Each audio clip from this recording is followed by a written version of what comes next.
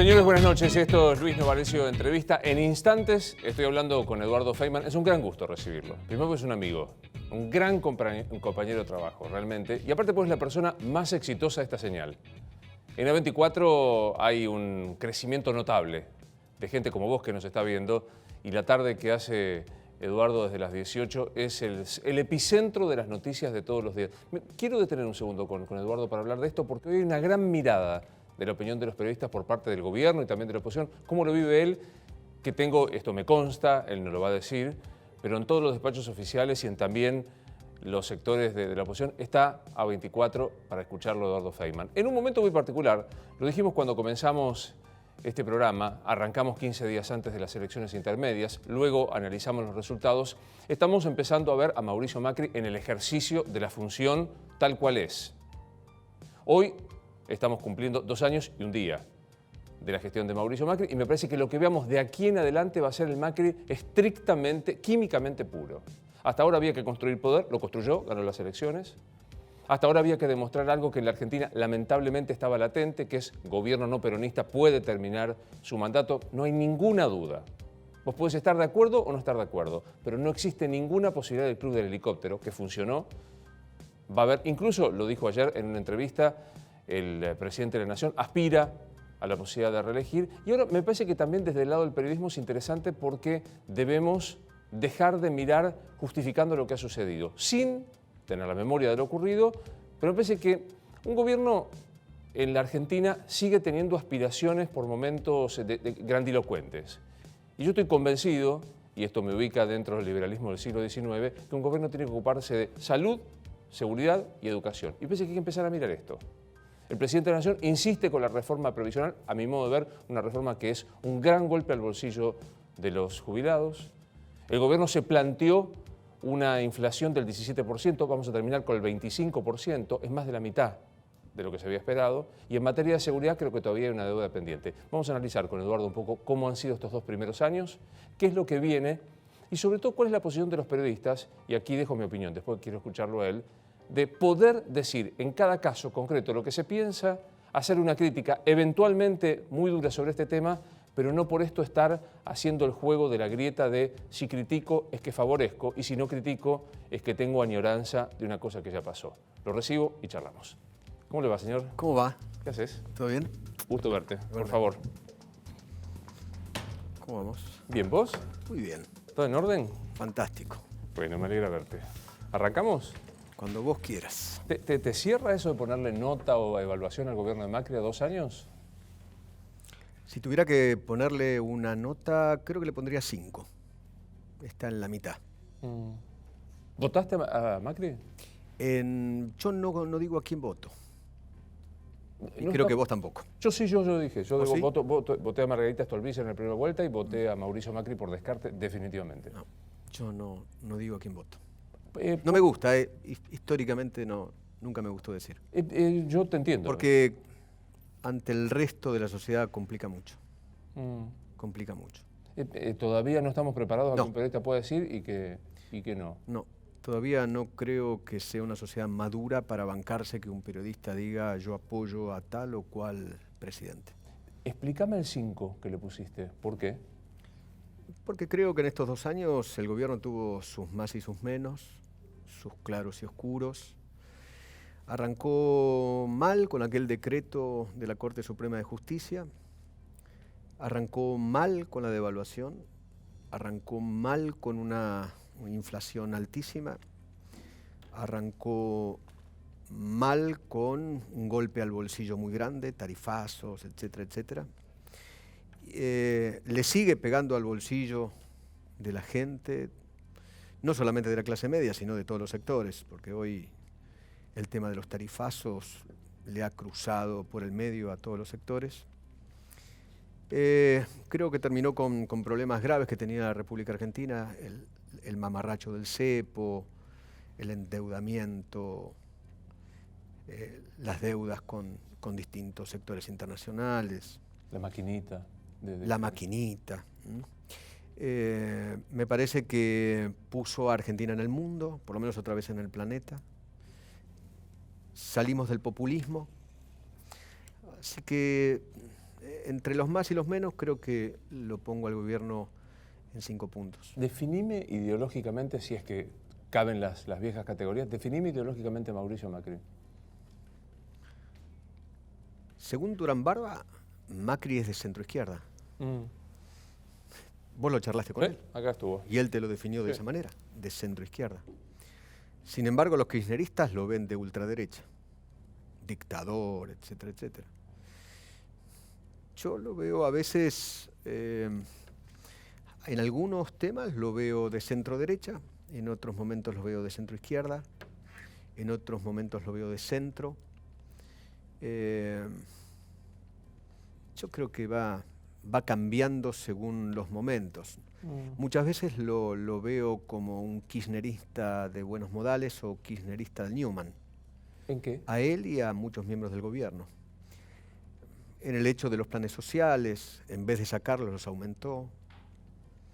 Qué sé yo, varias medidas, ¿no? ¿Te atiende el teléfono? Todo es un gobierno que te atiende el teléfono. Sí, señor. Te atiende el teléfono, te escuchan todas las críticas.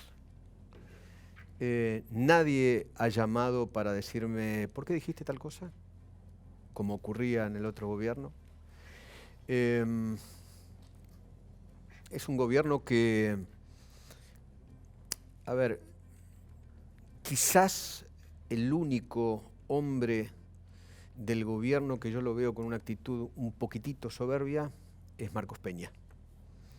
Pero el resto del gobierno, la verdad, son tipos abiertos con los cuales se puede charlar, con los cuales uno puede levantar el teléfono y decir, a ver, ¿puedo chequear este tema? ¿Esto es cierto? ¿Esto no es cierto? ¿Hasta dónde es cierto esto?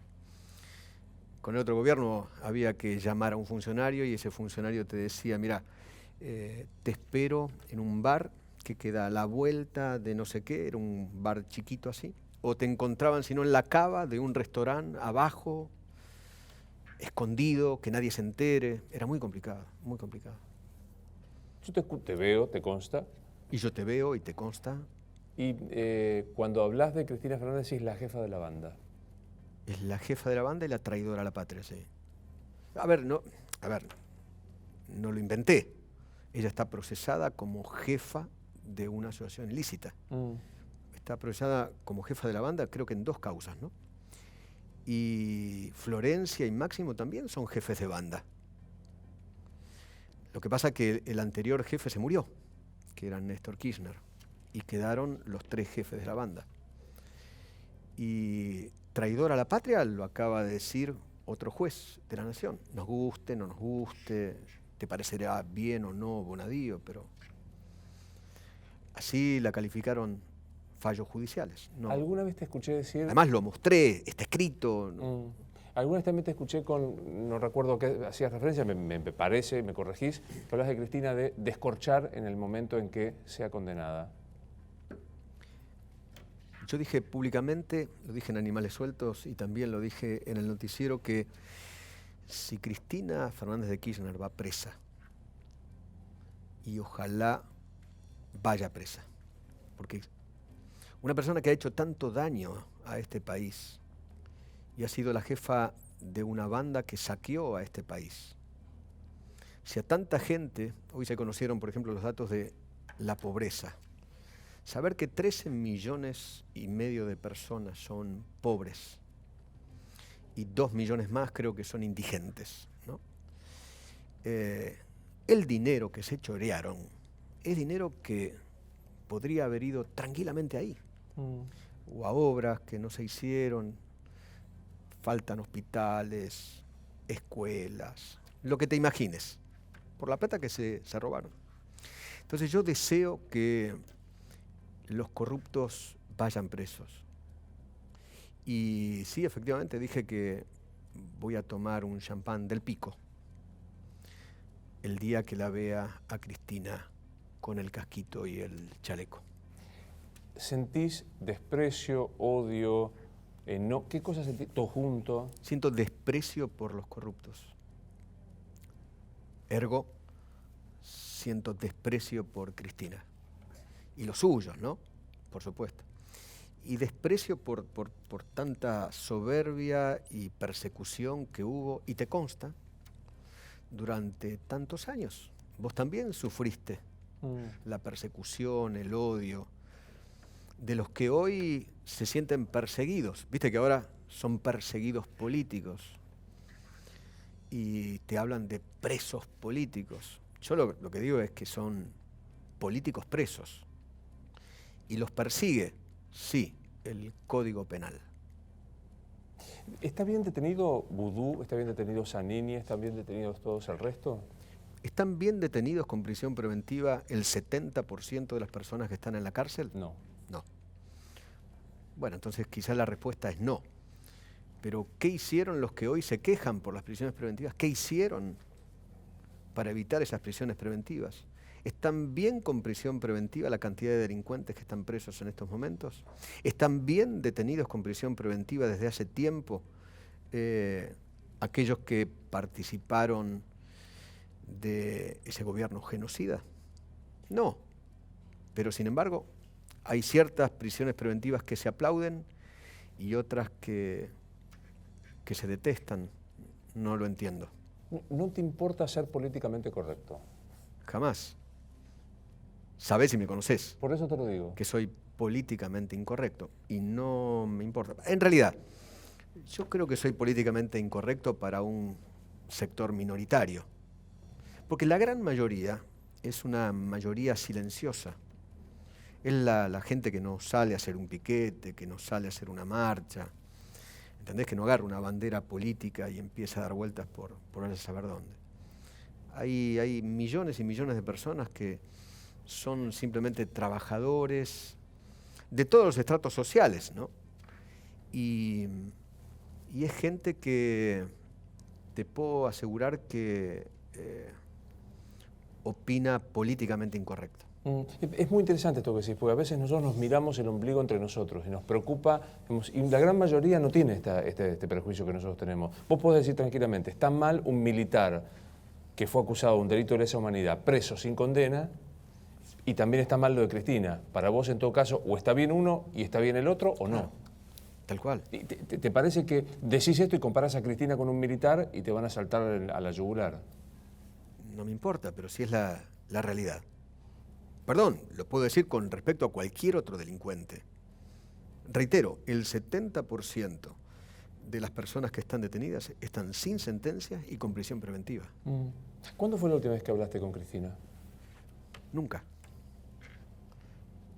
¿Nunca pudiste hablar con ella? Nunca me atendió un teléfono, nunca me recibió, nunca aceptó una pregunta mía, nunca. ¿Nunca la pudiste entrevistar? Nunca. Bueno, y vos la pudiste entrevistar después de 12 años, no es que, Sí. a ver, Sí, hablabas todos los días. Habría algún recuerdo de cuando él fue senadora antes de que llegara al poder, punto, pero no. No. ¿Qué ves cuando la ves hoy? Yo hablaba, sí, con Néstor. Con Néstor, sí. Néstor era un animal político, sinceramente. Con sus pros y sus contras, era un animal político. Cristina es una burra política. Néstor era un gran armador de la política. Y Cristina una burra armando. Yo, ¿sabes qué? Creo que si Cristina hubiera sido más inteligente, políticamente hablando, ¿no? Si hubiera sido más inteligente, hubiera sido menos egoísta, pues es una gran egoísta, además de hipócrita, es egoísta. Si no hubiera sido tan egoísta políticamente, creo que Macri hoy no era presidente. Mirá, recordemos 2015. 2015, primero se definió la ciudad de Buenos Aires, jefe de gobierno. A la segunda vuelta fueron Horacio y Lustó. ¿Qué hizo el Frente para la Victoria? ¿Te acordás? Se fue con Lustó. No, se abstuvo. Si se hubiera ido con Lustó, Horacio Rodríguez Larreta no hubiera sido jefe de gobierno y Macri no hubiera sido presidente de la República. Acordate que Horacio Rodríguez Larreta ganó por 3 puntos. Y Recalde se abstuvo. Eso por orden de Cristina. Realmente una locura. Escucho tu diagnóstico. Burra, egoísta. Hipócrita, cínica. Sumamos, dale. Escribí. En este combo que vos haces, ¿cuánto hay de rencor personal por lo que pasaste? No es una cuestión de rencor personal. Lo que me pasó a mí le pasó a millones de personas en este país. No es una cuestión solamente personal. Esta señora es una millonaria. A ver, esta mujer que se llama Nakam Pop, o que se dice a sí misma nacional y popular, es una millonaria. Y además una millonaria que hizo sus millones robando. Es realmente dramático. Fíjate lo que piensan en el mundo de Cristina Fernández de Kirchner. ¿Néstor te sedujo alguna vez? No, seducir no. A mí me llamó poderosamente la atención de Néstor que yo lo conocí a Néstor en el año 2000, las elecciones fueron en el 2003, ¿no? Creo que fin del 2002, principio del 2003. Lo conocí a Néstor, me lo presentó Alberto Fernández. En ese momento Alberto Fernández era concejal de la Ciudad de Buenos Aires. Creo que estaba, Alberto, me parece, en ese momento estaba en la Comisión de Cultura, me parece. No importa. Y me lo presenta Alberto Fernández. Alberto me llama y me dice, te voy a presentar al gobernador de Santa Cruz. Digo, muy bien, ¿cómo se llama? Nadie tenía ni idea quién era el gobernador de Santa Cruz. ¿Vos tenías idea que alguien se llamaba Kirchner? Ni idea. Acuérdate en ese momento que ni sabíamos pronunciar el apellido. ¿Te acordás?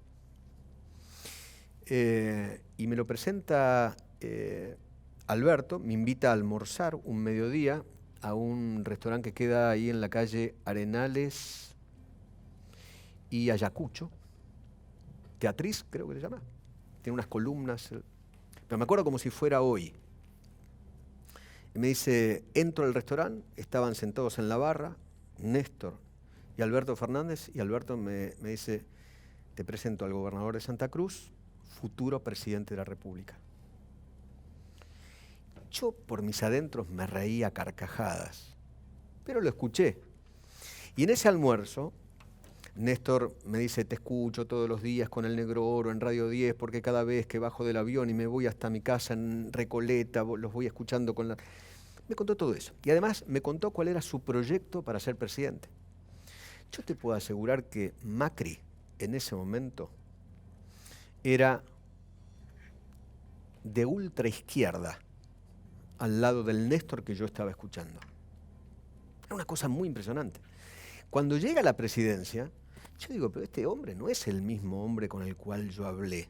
Y a medida que fue avanzando, no era el hombre con el cual yo había hablado en ese almuerzo. ¿Cambió o se acomodó a lo que necesitaba? Se acomodó. Un día le dije esto en el despacho de Alberto Fernández. Ya él era jefe de gabinete y yo estaba charlando acerca de la deuda externa en ese momento con Alberto. Tenía una mesa larga de directorio de madera sin un vidrio, y ahora te vas a dar cuenta por qué te cuento del vidrio. Y en ese momento que estábamos charlando, se abre una puerta que da hacia el pasillo donde da al despacho presidencial. Néstor Kirchner se asoma así. Hola, ¿qué hacen? Estábamos charlando, presidente, ¿qué tal? ¿Cómo le va? ¿Me puedo sentar con ustedes? Sí. Y Néstor Kirchner, con una BIC, viste que siempre usaba la BIC, me escribió cómo iba a ser el pago de la deuda externa. Me lo escribió en la mesa de madera. Le digo, presidente, no un papel, no hace falta marcar. Yo te voy a explicar.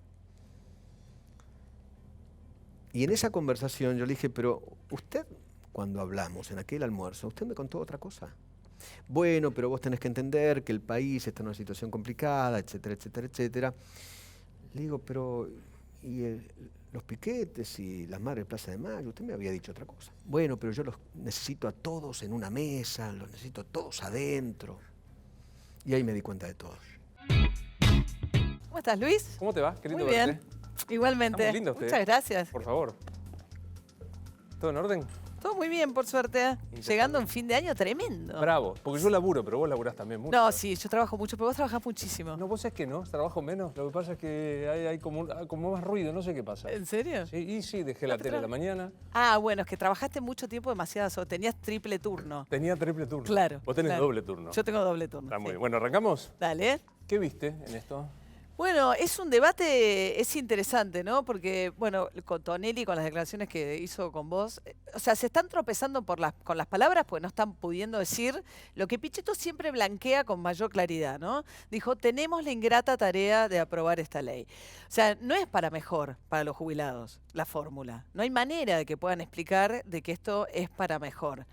Venía la fórmula anterior, ¿no? Que en años buenos crecía por arriba de la inflación, en años malos no, pero del 2009 hasta acá, los economistas que calculan esas cuestiones dicen subió el 19% en términos reales, el poder adquisitivo de los jubilados. Esta nueva fórmula, entonces, que decía, digamos, el gobierno decía, es insostenible tener un sistema previsional que te come gran parte del presupuesto, que hace que cuando la economía crece, se te va a pagar a jubilados, asignación universal y pensionados, que son los que ajustan por esta fórmula. Entonces dicen, no, hagámoslo con inflación, empatemos la inflación. Entonces ahí es cuando le dicen, bueno, pero entonces nunca vas a ganar poder adquisitivo, o sea, van a estar siempre en los 7.400 pesos. Y ahí los gobernadores introdujeron este 30% de evolución de salarios, que hace que algún plus puedan llegar a tener en años buenos, pero van a empatar la inflación mayormente y eventualmente algún plus de años de crecimiento por la evolución de los salarios. Pero da por abajo de la otra fórmula en años buenos. Además es una fórmula que la vieja perdía en años malos y ganaba en años buenos. Se perdió mucho en el 2016, se recuperó un poco este año y el año que viene era el tiempo de terminar de recuperar. Claro. Y además con este tema que se come en un trimestre, ¿no? Porque es post. Es de una fórmula que ajustaba 2 veces al año, pasan a una fórmula que ajusta trimestralmente. Pero claro, en marzo tocaba el aumento de los 6 meses. Que eso era lo que Lilita Carrió había dicho, no, ojo con el empalme, se están comiendo 3 meses, eso no. Y eso es ese es el gran ahorro, ajuste, que Macri necesitaba o que Macri dice que necesita para ordenar un poco el déficit fiscal y que con eso le promete a los gobernadores que va a tener la plata para compensarlos por lo que va a percibir María Eugenia Vidal por el fondo del conurbano. Es ajuste, o sea, no hay que darle vuelta. Es un ajuste fiscal, o sea, debe y haber y hay que ajustar. Es para digo, ¿para qué lo hacen? Para que al fin del año que viene lo que le paguen a jubilados, pensionados y asignación universal por hijos sea menos de lo que le habrían pagado con la fórmula actual. Vos decís muy bien, porque yo digo jubilados, pero hay que agregarle AUH, hasta pensiones de excombatientes quedan incluidas en este tema. Claro, y cuando es la UH, bueno, pasa a ser un universo mucho más grande, sobre todo, fíjate cuando se conocieron los números de la UCA estos días, que más allá de la discusión de la pobreza, que está más o menos igual que fines del 2015, mejoró respecto al año pasado, lo que crece es la indigencia. Y la UH tiene un impacto muy grande sobre indigencia. Claro. Entonces, si la UH no recupera poder adquisitivo, eso tiene un impacto muy directo sobre la indigencia. ¿Es el ajuste? ¿Esto es Macri puro? A ver, yo creo que Macri, cuando hizo el balance con Longobardi de sus 2 años de gobierno, cuando él dice, yo entiendo que esto no es sustentable en el tiempo, o sea, déficit fiscal, déficit comercial y tomar deuda al ritmo que estamos tomando. Y cuando él dice que hay que hacer, achicar el déficit fiscal, ¿no? Ahora, ¿cómo lo hace? ¿Cómo está eligiendo achicar el déficit fiscal? Uno toma decisiones de política que tienen ganadores y perdedores. Y hace una radiografía, digo, como politóloga, a un noruego que viene acá a decir, ¿qué decisión está tomando Macri? Bueno, está decidiendo... a ver, para empezar por una parte que para mí está bien, es que él está haciendo un reconocimiento a la provincia de Buenos Aires, que más allá de María Eugenia Vidal, que es de su mismo partido, etcétera, donde vos tenés la mayor concentración de población de la Argentina, congelar el fondo del conurbano de la manera en que lo hicieron era realmente muy injusto para la provincia de Buenos Aires. María Eugenia Vidal logra un guiño de la Corte Suprema que le iba a dar un fallo como le dio a Santa Fe y Córdoba, y eso iba a ser un agujero enorme. Y como la torta coparticipable hace que lo que se lleva María Eugenia Vidal no se lleven los demás gobernadores, los encontró a los gobernadores también en una situación de mucha debilidad. Y los gobernadores dijeron, ¿qué necesitas para no recortarme a mí? Bueno, ajustemos jubilados, ¿no? Entregame esto. Entregame esto, que fue un poco... Y esa es la razón por la cual, digamos, pasó fácilmente por el Senado, por los gobernadores, y ahora en diputados, bueno, como contabas recién, ¿no? Hay número. Parece que hay número. No sé después de esto, ¿no? O sea, Con los 35 que dependen, el interbloque que depende de los gobernadores que acaban de formar, que preside el salteño, ya está, con eso ya tienen el número. ¿Qué es Macri después de 2 años de gobierno? Bueno, yo creo que, como decías, ¿no? Me parece que Macri, ahora uno empieza a ver qué quiere hacer Macri un poco más con el gobierno, ¿no? Creo que fue tremendamente astuto en lo político, algo que nunca nadie le dio crédito político. Mucho. Yo igual, ¿sabes qué? Siempre me pareció un fenómeno muy interesante, cómo construyen poder. Si vos ves la ciudad de Buenos Aires, él empieza siendo un fenómeno de clase media y norte, las zonas ricas, pero termina ganando el PRO en todas las comunas, ya antes con Macri. Entonces hay una construcción, y él cuando llega al poder entendió que tenía que ganar en el conurbano, y vienen haciendo un trabajo de tratar de perforar el norte peronista. Hay mucha estrategia electoral. Y donde más se lo subestimaba, que era no va a poder gobernar, no tiene mayorías en las cámaras, es donde dio la mayor sorpresa y batacazo. Y lo que él prometía, que era muy fácil, esta economía se arregla, es una pavada, dominar la inflación, es donde tiene el gran dilema de si lo va a poder resolver o no. ¿Están envalentonados después del 22 de octubre? Muy. Yo creo que sí. ¿Vos decís que no? Sí, re. Re. Acabo de preguntador, así que te miro con cara de eso. Están muy envalentonados. Están, muy. Lo que pasa es que tienen una oposición muy débil, muy fragmentada. Vos pensás, ¿cuáles son las figuras de recambio de Macri? Son todas del PRO, eventualmente, ni siquiera el radicalismo. O sea, el radicalismo logró crecer en cantidad de mantener legisladores, intendentes, Jujuy, digamos, pero el radicalismo, para ser competitivo dentro de una alianza electoral, tendría que tener alguna figura electoralmente competitiva para competirle al PRO, y hoy no hay nadie que le pueda hacer sombra ni a Vidal, ni a Marco, ni a Horacio. ¿Quiénes son las sucesiones para vos de Macri? Yo creo que si Macri pudiera elegir, Lo elige Peña. lo elige a Peña, totalmente. Él lo dice todo el tiempo, ahora volvió a decirlo, es mi mano derecha. Él dice es el mejor, es con el que... me parece que él elegiría a Marcos Peña, si pudiera. Y se movió raro en la última elección Peña, viajó solo al interior, bajó separado de Macri. A mí me parece que él está intentando esa construcción. Definime a Peña. ¿Sabes qué pasa con Peña? Me parece fascinante. Tiene muchísimo poder y no parece que lo tiene. O sea, va liviano. Pero es el jefe de gabinete más jefe de gabinete que ha habido desde que se creó la Constitución con la figura de jefe de gabinete. En términos de concentración de poder, de gestión. Adicionalmente a que él controla también la comunicación en un gobierno en el cual la comunicación ocupa un lugar tremendamente relevante, ¿no? Incluso ha como depurado, tamizado el círculo más cercano a Mauricio Macri. O sea, en algún momento había como internas y ha concentrado él la decisión, ¿no? Tiene mucha influencia Marcos Peña, porque se la da Macri también, ¿no? Me parece que... ¿Cuál fue un jefe de gabinete que tuviera ese poder? Quizás Alberto Fernández en los primeros tiempos de Néstor Kirchner, por la relación que tenían, pero no hubo después que eso, creo yo, un jefe de gabinete con esa intensidad. ¿Pero qué es? Digamos, si vos lo tuvieras que definir, digamos, uno sabe más o menos que era Aníbal, que era Alberto, ¿cómo lo describís? Él resume bien, me parece, la cosa de gestión y comunicación que ellos creen, de la mano de lo que fue Durán Barba, que es la clave de la construcción del poder de Cambiemos, ¿no?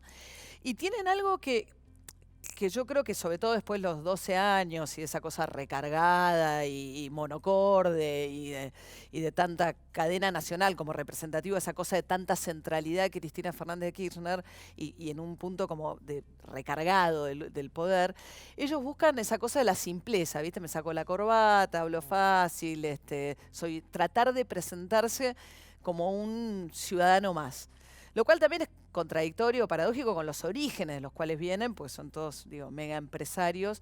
Pero yo una vez le escuché decir a Marcos Peña algo que me parece que era interesante de cómo les funcionó. Dice, había que bajar un poquito el volumen de la voz presidencial, ¿no? Entonces esta cosa más que el timbreo lo trae también, la idea de una cierta horizontalidad construida, ¿no? Pues son vecinos, pero ¿qué construye el vecino? ¿Entendés? La idea del timbreo, que puede venir el funcionario y tocarte el timbre a vos y tener una charla de igual a igual y mirarte a los ojos.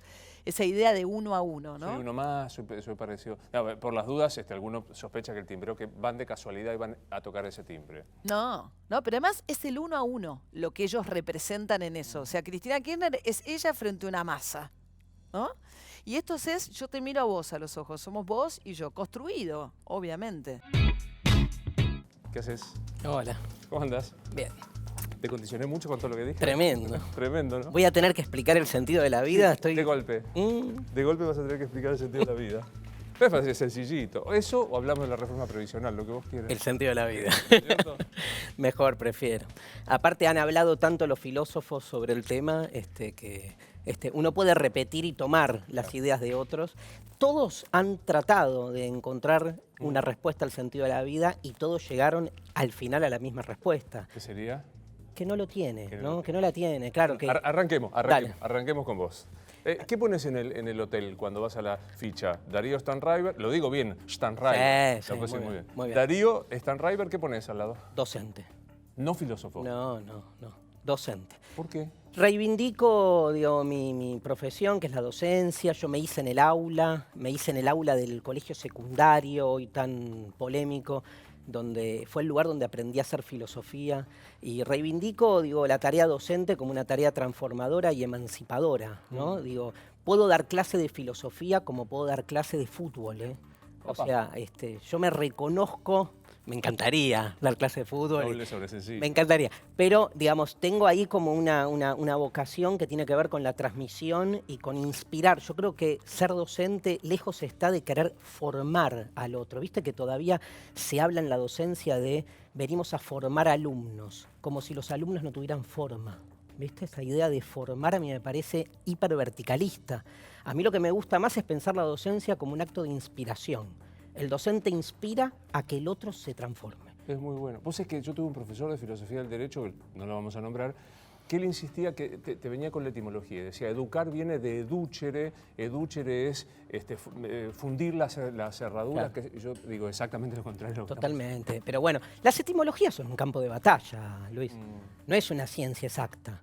Digo, uno elige la etimología que obviamente tiene una fuerte raigambre histórica, pero que no alcanza, como todo en la historia. La historia es imposible acceder a ella de manera objetiva. Entonces hay fuentes, hay datos y hay la interpretación que uno después hace de ella. Lo mismo pasa con las etimologías. Digo, hay una etimología popular muy arraigada que dice que alumno significa sin luz. Eso lo repite todo el mundo.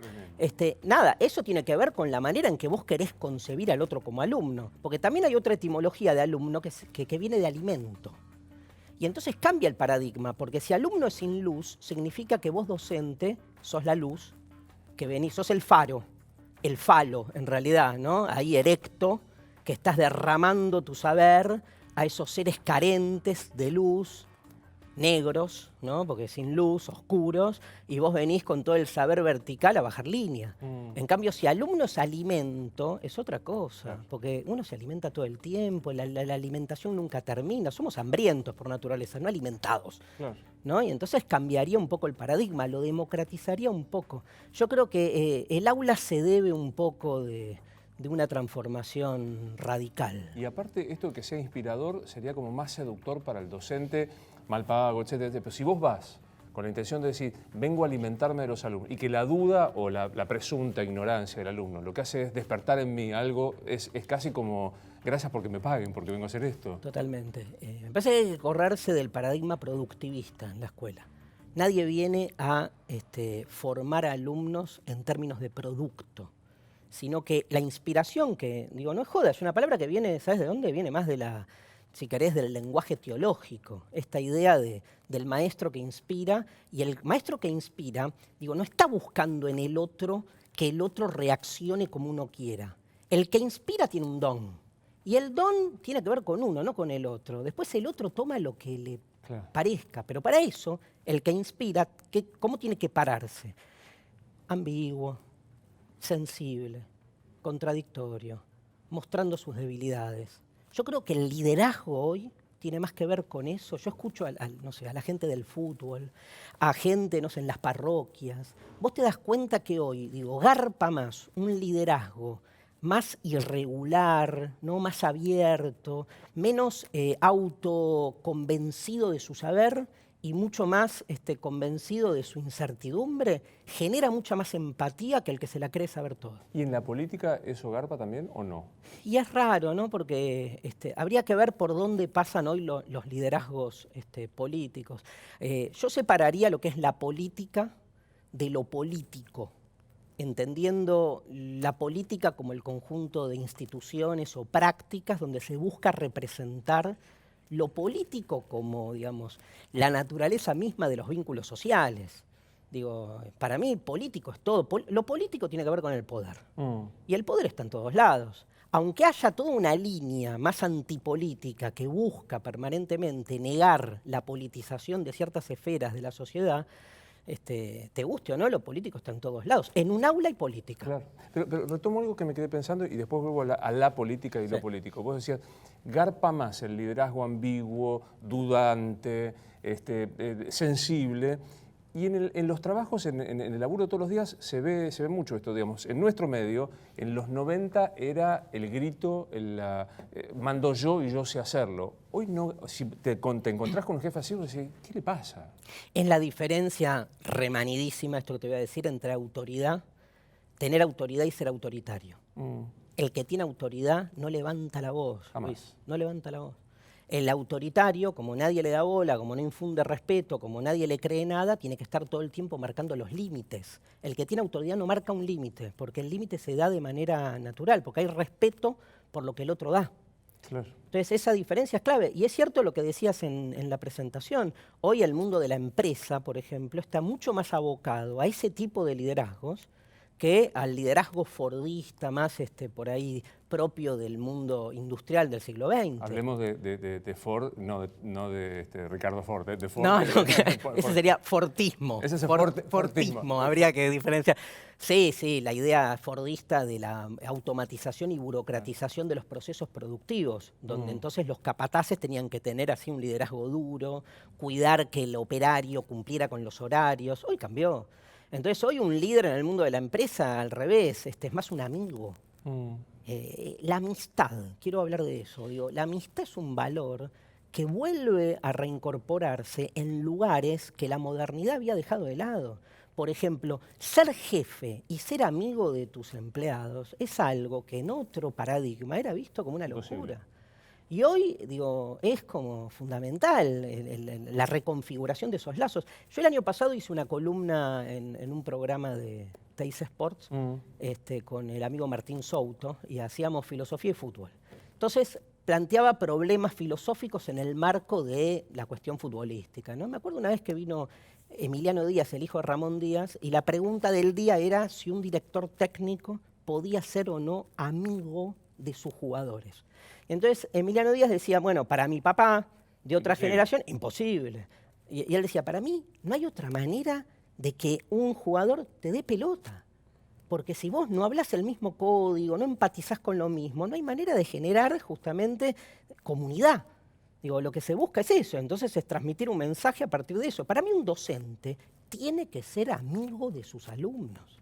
Sabés que los decimonónicos están en este momento con convulsiones con lo que estás diciendo. Pero bueno, está bien, tampoco hay, ponele la postura contraria para los decimonónicos, tampoco ha dado buenos resultados. De última, si esta lectura, si querés, más democratizadora u horizontal de las relaciones en el aula, no funciona, digamos, que se muestre que funcione la otra. Claro. La lectura verticalista tampoco ha dado buenos resultados. Ahora, ¿no? ¿Cómo evaluás en la amistad, digo, en el campo, como jugador de fútbol, como empleado o como docente? Porque en un momento vos tenés que decir, juega bien o juega mal. O sea, total, lo puedo poner en la cancha o no lo puedo poner. El empleado dice, mira, lo voy a poner porque es bueno con recursos humanos. Y al docente, ¿le toca probar o no? ¿Cuándo es que haces ese clic? Bueno, lo que pasa que yo te podría decir que esa pregunta está hecha desde el otro paradigma.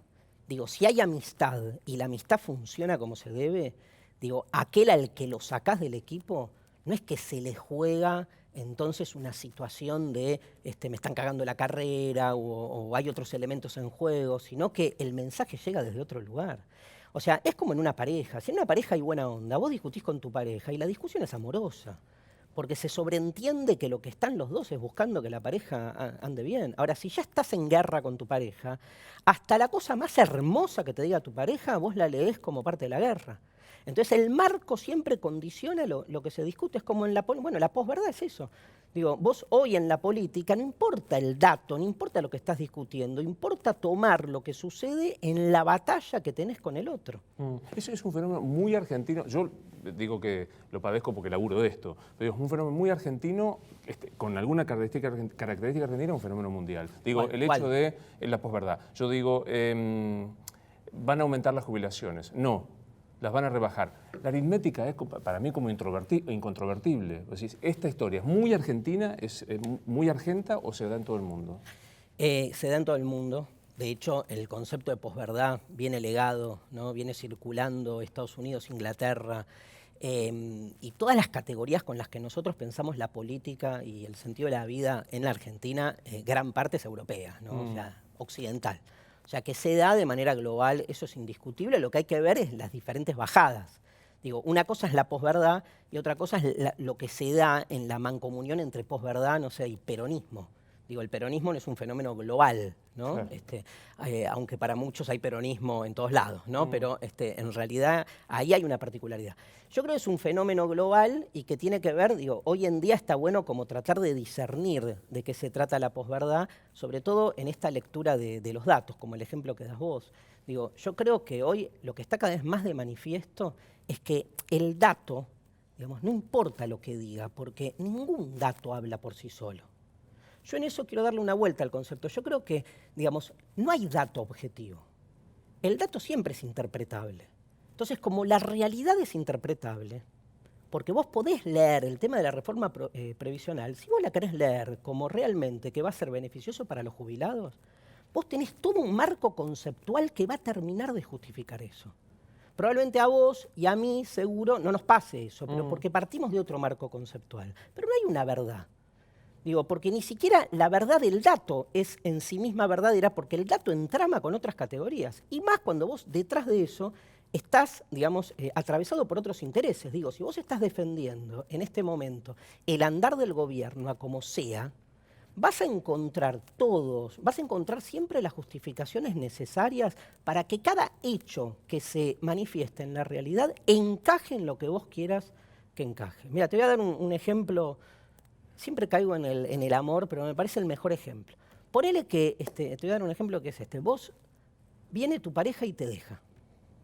Vos no te la esperás. Te cita y te dice, Luis, no te quiero más. Vos le decís, pero algo, no te pasa nada conmigo, no sentís nada, nada más. Pero algo, decime, un 10%, un 15%, no, ya no me pasa nada, me desenamoré absolutamente de vos. Pero estoy cerca, no te da ganas de abrazarme, no, me da ganas de escupirte. Pero no sentís asco, siento. Aparte estoy enamorada de otro, estoy enamorada, no sé, de otros, de todos menos de vos. No quiero saber más nada, pero algún recuerdo, no, sí, yo qué sé, la pasamos bien en San Bernardo, claro, cuando fuimos, pero bueno, nada, ya fue, no queda nada entre los dos. Y te vas, ¿no? Te llama un amigo y te dice, ¿cómo te fue? Y vos decís, bien. ¿Cómo bien? Sí, me dijo que en San Bernardo la pasó bien. Y entonces te agarrás de ese dicho, porque te podés agarrar de ese dicho si vos te querés autoengañar, que esa es la definición de posverdad. Si vos te querés autoconvencer de que en realidad tenés posibilidades de volver con ella.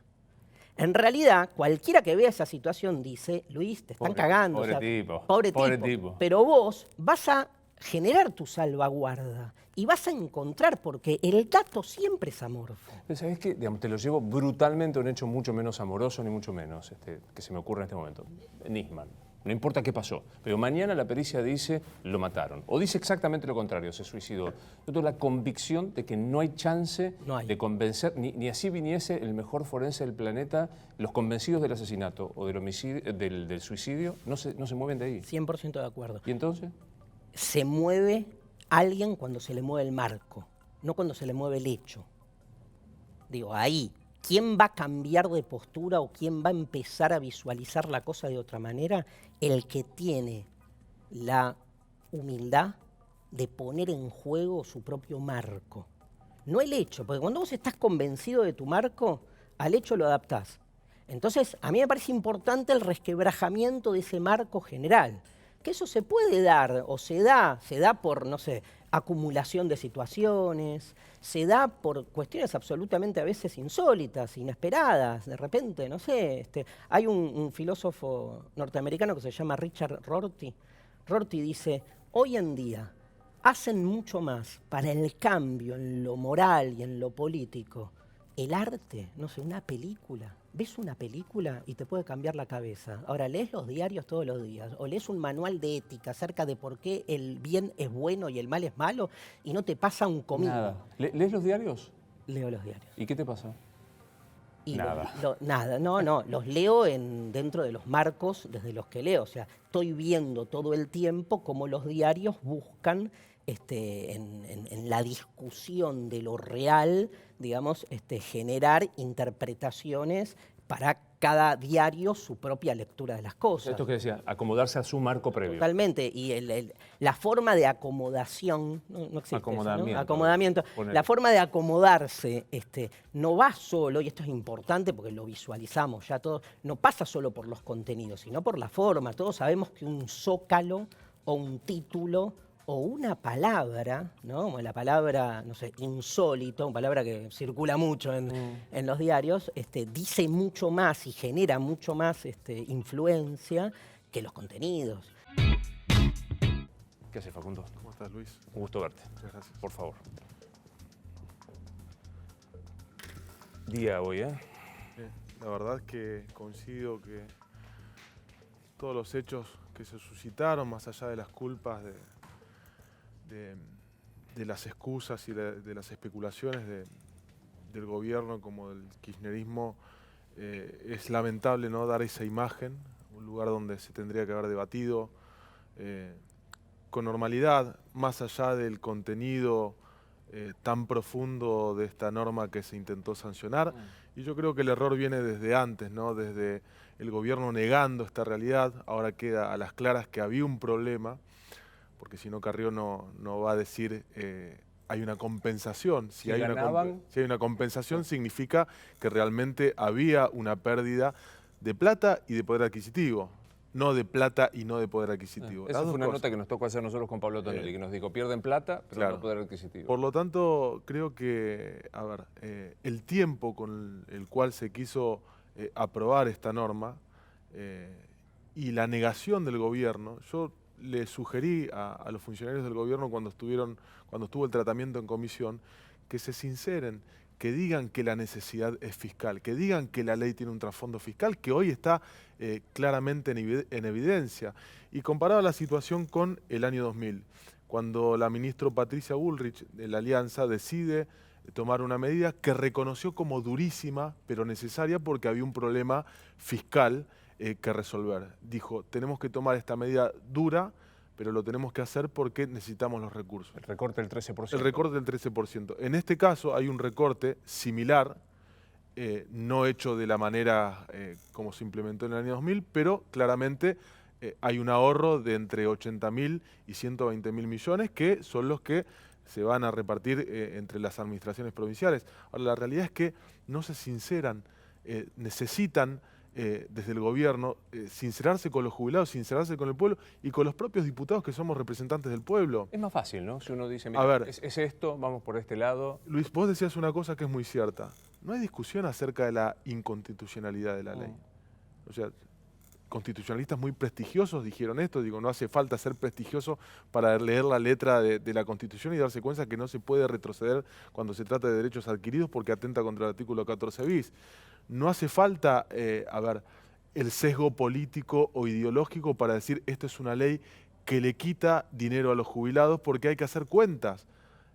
Economistas cercanos al gobierno han hablado de que el empalme y la comparación entre fórmula y fórmula significa un 50% de pérdida en el aumento que deberían percibir si se aplica la fórmula actual. Entonces digo, me parece que estas cuestiones el gobierno no las debió haber ocultado, debió haber sido sincero desde un principio y más allá del debate con los gobernadores, tendría que haberle dicho a los legisladores y a la sociedad de que esto tenía un trasfondo fiscal. De lo que sabés, hoy la información es que el DNU no sale hoy, que llamarían a una sesión lunes, martes. ¿Te llegó alguna información de que pueda pasar esto? Escuchaba al diputado Massot hace un rato en un canal de televisión donde decía que estaba firmado por todos los ministros, salvo por el presidente, pero que le iban a dar una oportunidad al tratamiento legislativo. Es fuerte eso. O sea, o lo tratan o te lo saco por DNU. Es raro eso, ¿no? La verdad es que es algo que preocupa, es algo que preocupa. Como decías vos hace un rato, para que exista un DNU tiene que existir una necesidad y una urgencia.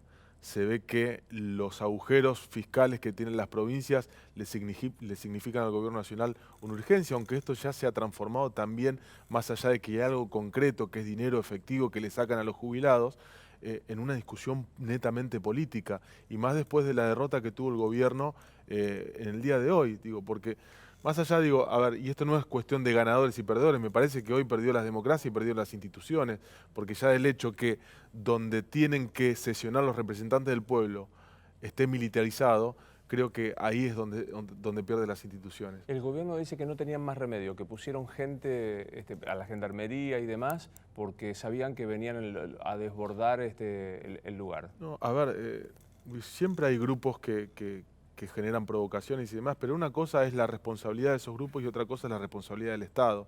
No se puede comparar una cosa con la otra. Por eso, cuando la diputada Carrió hacía referencia a la violencia, no le vamos a contestar con violencia, y claramente la violencia se contestó con violencia, ¿no? Porque alguien tiene que dar la orden para esa represión. Y cuando uno ve las imágenes, ve la imagen de una diputada como Mayra Mendoza, que uno puede estar de acuerdo, en desacuerdo, pero habían 7 efectivos de la policía rodeándola, tirándole gas pimienta en la cara. Tiene razón el diputado Kicillof.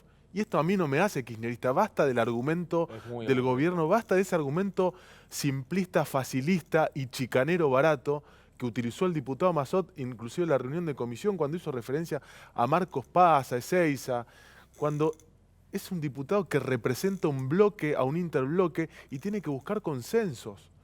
¿Cómo puede ser? Y ahí, en este sentido, sí los responsabilizo mucho más a los del gobierno, porque tienen las herramientas institucionales. Así como responsabilizaba al gobierno kirchnerista de la grieta cuando era en gobierno, responsabilizo mucho más al gobierno, hoy que tiene el poder, que tiene las herramientas del Estado, de generar la grieta. No puede provocar, no puede contestar inclusive a las provocaciones porque son los que ostentan el poder. Entonces me parece que acá tenemos que tener una reflexión profunda, todos los que somos representantes del pueblo, y ver a quién estamos perjudicando con todo esto. En principio a la Argentina, y después a la sociedad, los jubilados, los 17 millones que están afectados por esta medida que se quería tratar de forma express, siendo que el oficialismo, cuando era oposición, criticó tanto la escribanía del kirchnerismo. Bueno, yo no entiendo algo. Si no tenían el número asegurado, ¿por qué se apuró? Pues se suponía que iba a ser la semana próxima el tratamiento de la sesión. Después escuché decir que como estaba el 20 o 21 de diciembre,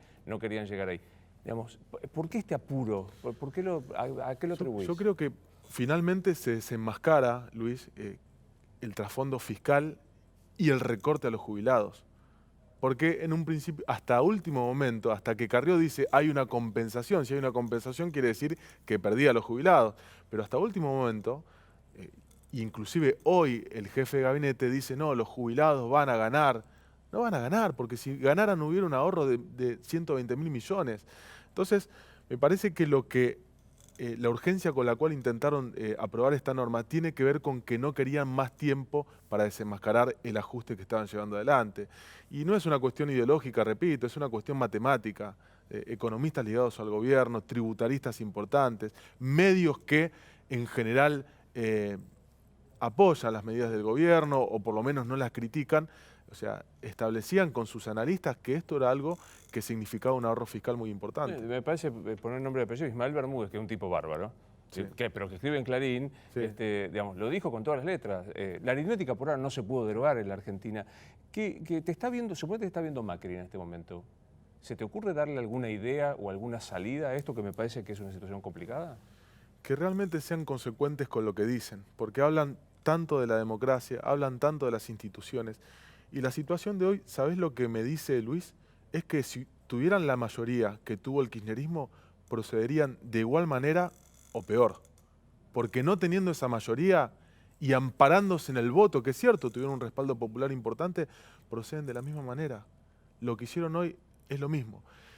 Y apelar siempre cuando uno se opone, hoy después de la votación, nosotros la verdad es que estábamos contentos de que no se trate este proyecto porque creemos que merece una discusión mucho más profunda y aparte es algo que perjudicaba a los jubilados directamente y a los destinatarios de las diferentes asignaciones. Yo saludé a Kicillof, saludé a Gioja, saludé a un montón de diputados de la oposición que fueron parte de el rechazo a esta norma. Enseguida te ponen como el kirchnerismo, se juntan todos, son parte... Hay que terminar con eso, porque eso es lo que genera la grieta.